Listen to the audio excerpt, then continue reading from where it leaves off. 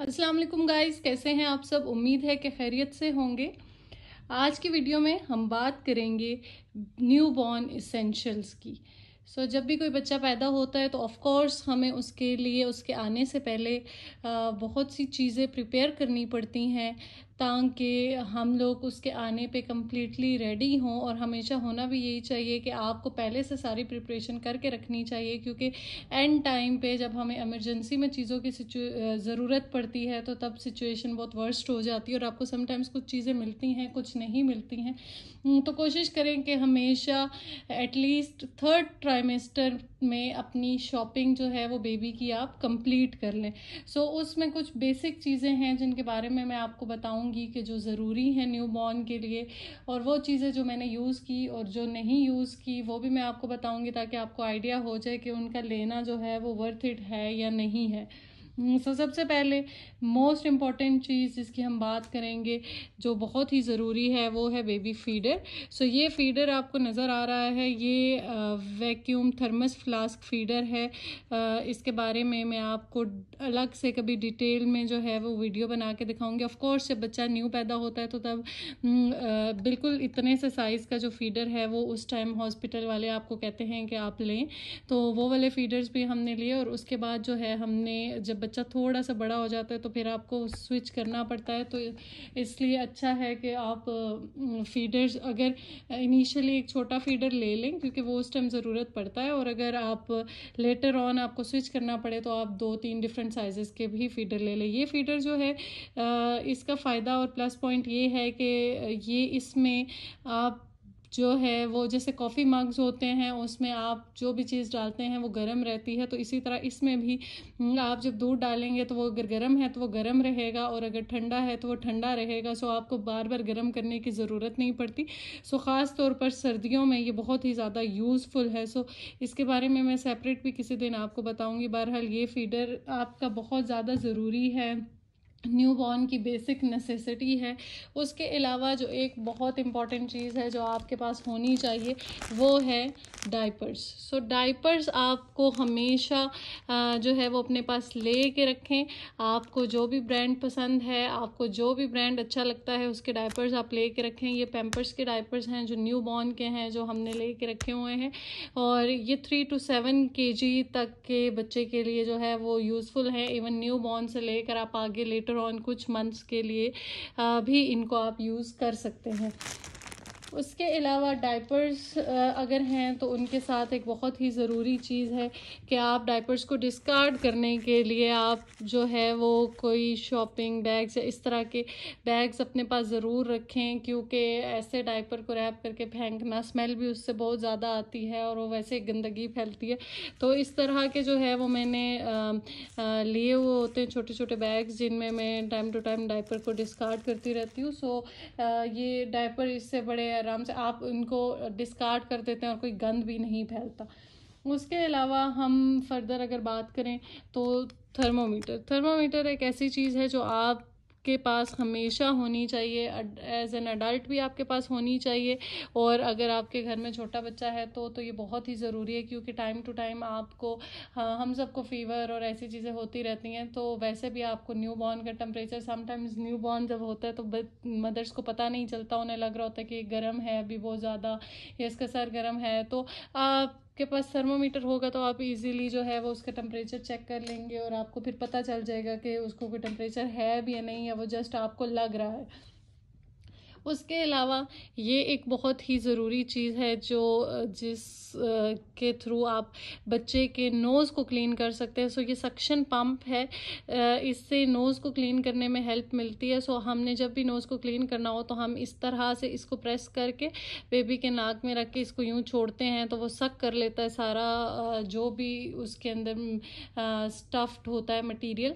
तो ये बहुत ही ज़्यादा यूज़फुल प्रोडक्ट है। लेकिन इसको यूज़ बहुत जेंटली करना पड़ता है ताकि बेबी को कोई किसी किस्म का हार्म ना पहुंचे इससे।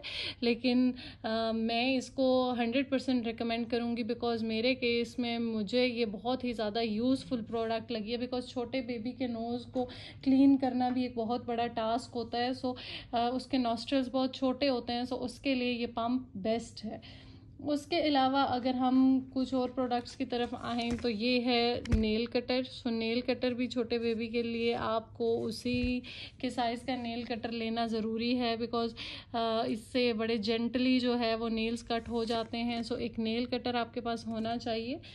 उसके अलावा नेल कटर के साथ साथ जो और इसेंशियल्स हैं वो हैं बेबी फीडर। मैंने आपको दिखाया, लेकिन फीडर को क्लीन करने के लिए आपके पास फीडर ब्रश भी होना चाहिए, जो फीडर को बॉटल क्लीनिंग ब्रश जिसे कहते हैं। सो ये बॉटल को जेंटली क्लीन करने में या कम्प्लीटली क्लीन करने में हेल्प आउट करता है।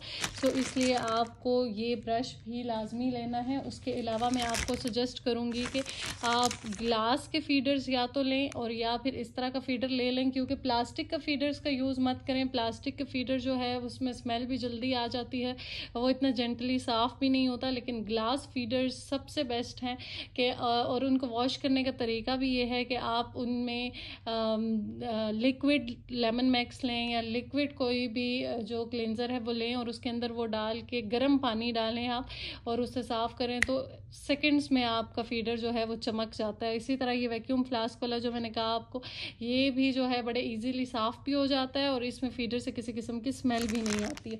सो फीडर हमेशा जेंटली चूज़ करें आप। कोई प्लास्टिक मटेरियल मैं रेकमेंड नहीं करती हूँ फीडर के लिए कभी भी। अच्छा, उसके अलावा जो है आपके पास कुछ और चीज़ें, जैसे ये सूथर है। हम बहुत सारे बेबीज़ के लिए मदर्स जो हैं वो बेबी सूथर्स जो है वो यूज़ करती हैं, बट मैंने अपने बेबी के लिए, आप देख सकते हैं कि अभी भी पैक पड़ा हुआ है क्योंकि मैंने अपने बेबी के लिए इसको यूज़ नहीं किया। ये हमें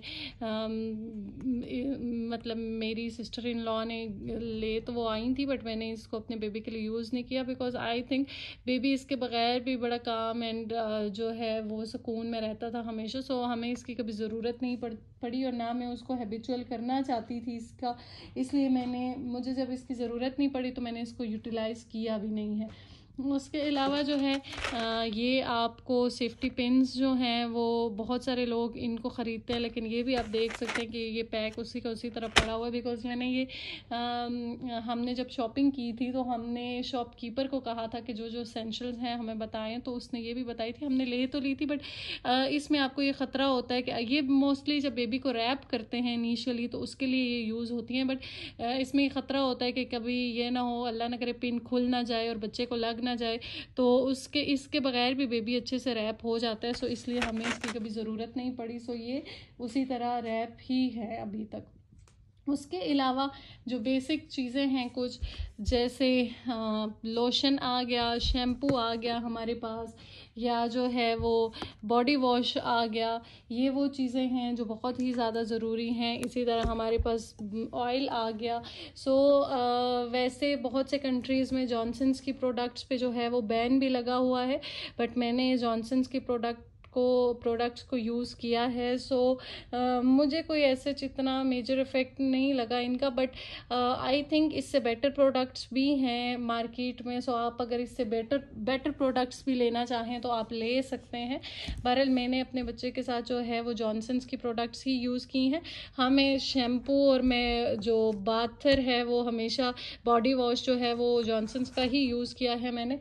लेकिन मैं जैसे लोशन है तो ये मैं बच्चे की बॉडी पे तो लगा देती हूँ, लेकिन मैं बच्चे के फेस पे इसको नहीं लगाती हूँ। रेकमेंड करना, मैं बच्चे के फेस को बिल्कुल भी किसी चीज़ से भी मॉइस्चराइज़ नहीं करती हूँ, बिकॉज उसका जो नेचुरल स्किन है आई थिंक उसको छेड़ना नहीं चाहिए। बहुत रेयर होता है कि कभी अगर मुझे लगे कि स्किन ऑल्दो उसकी स्किन ड्राई नहीं होती है, बट बहुत रेयर होता है कि कभी के बार एक आध बार जो है वो मैं उसको लगा लूँ।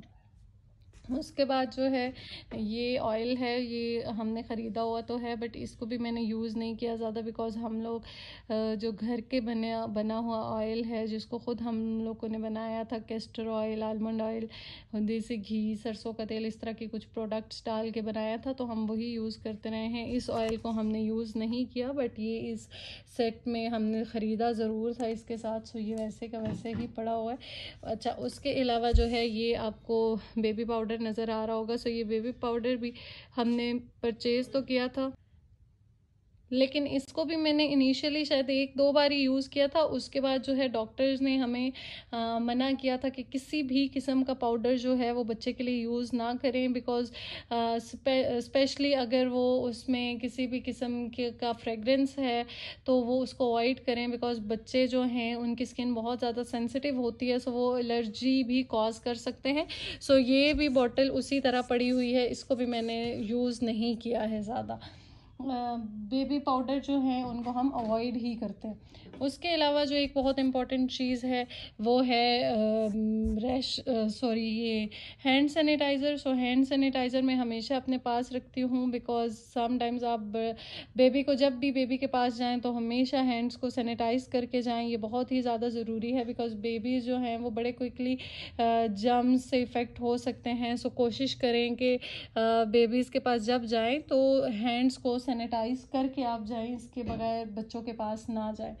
फिर एक और चीज़ जो मैंने ख़रीदी थी वो मैंने ये छोटा सा परफ्यूम ख़रीदा था जो बेबीज़ के लिए है, बट इसको भी मैं बहुत ज़्यादा यूज़ नहीं करती। बहुत रेयर कभी कभार होता है कि मैं कपड़ों पे इसका एक आध स्प्रे कर दूँ, ज़्यादातर मैं इसको स्प्रे नहीं करती, बिकॉज मैं अवॉइड करती हूँ इस तरह की कोई भी आर्टिफिशियल चीज़ या फ्रेगरेंसेस जो बच्चे के लिए बहुत ज़्यादा यूज़फुल ना हो या उनको अफेक्ट करती हों।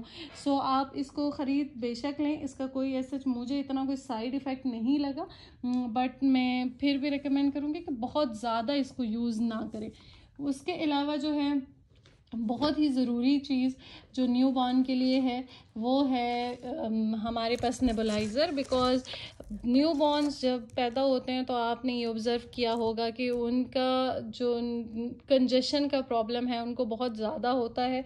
सो उसमें हमें बार बार उनको लेके जाना पड़ता है नेबुलाइज़ करने के लिए। तो एक छोटा सा नेबुलाइज़र जो है आप अपने पास ख़रीद लें, ये बहुत ही यूज़फुल प्रोडक्ट है। आपके हॉस्पिटल के बार बार के चक्कर को ये बचा लेता है और आपको बार बार जाना नहीं पड़ता। आप रोज़ बेबी को, ख़ास तौर पर सर्दियों में, आप उसको खुद नेबुलाइज़ कर दें। इनिशियली 3-4 मंथ्स तक बेबी जो है वो उसमें कंजेशन का इशू रहता है, तो उसके लिए ये बहुत ही ज़्यादा यूज़फुल है। आपको बार बार डॉक्टर्स को विज़िट नहीं करना पड़ता है इसमें।